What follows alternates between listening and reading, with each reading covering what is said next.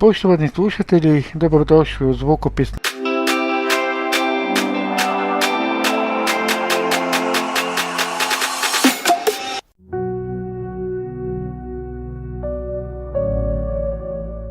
Pozdrav svima nakon skoro 2-mjesečne pauze u kojoj su mi se preklopile 2 boljetice.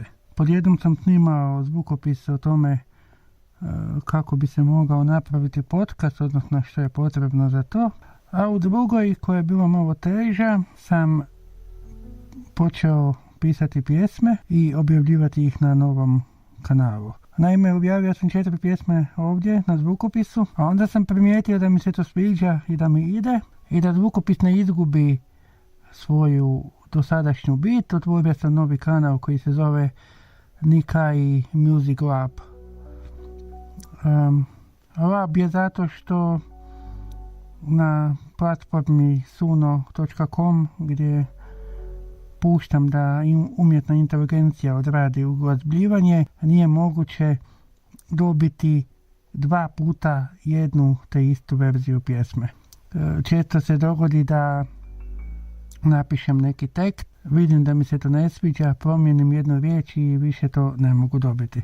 Zato je to nekakav svojevrstan laboratorij i zato je to kreiranje pjesama također izazov, jer ovisi o tekstu, ovisi o glazbi koja će se generirati, a samo to kreiranje troši kredite, ali o tome ste već možda čuli, vidjeli da postoji besplatna i plaćena verzija. Ja sam ju platio, to jest plaćam ju, upravo zbog toga što skoro svaki tjedan objavim neku pjesmu. Na njihovo stvaranje potrošim nekad do 200-300 kredita, dok ne generira pjesmu koja se meni sviđa.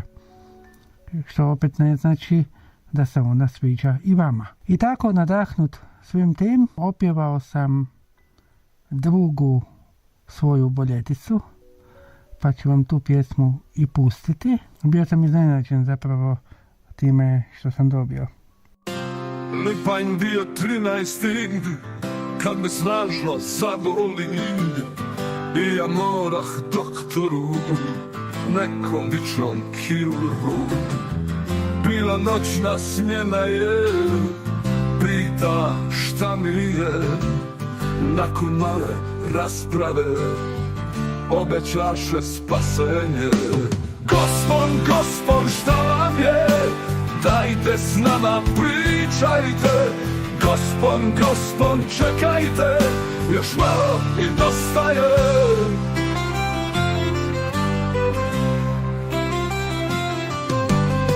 Na krevet su me polegli, nešto robe skinuli, zato vaše odlana dat ćemo vam lokalno. Ali kad je odlana ne pomaže ni lokalno. Nasta bolno sjevanje kad začuh tiho pjevanje. Gospon, šta vam je? Dajte s nama pričajte. Gospon, čekajte, još malo i dosta je.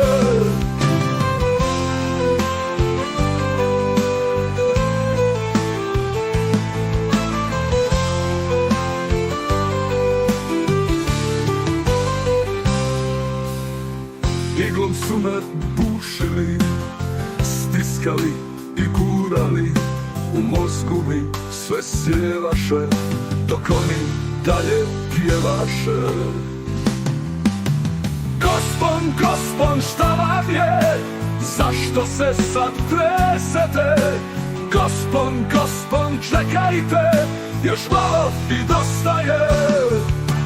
Vaša rana banalna bit će sada stabilna, a moramo vam reći mi, dugo će vas boljeti. Niste čak ni vrištali, samo malo psovali.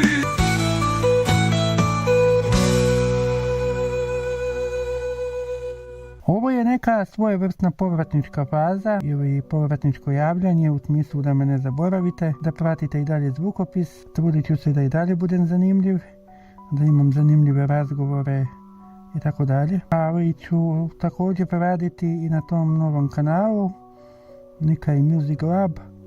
Eto, slobodno se pretplatite, tamo je tek 49 pretplatnika, nadam se da će ih biti više. Ko zna, možda počnem pisati pjesme po narudžbi, premda ne znam što će mi obitelj Huljić učiniti. Toliko za sada u ovoj kratkoj, kako sam rekao, povratničkoj epizodi. Ako se pitate, imamo i studio i jesam li nabavio neku novu opremu za snimanje, za prigušivanje buke?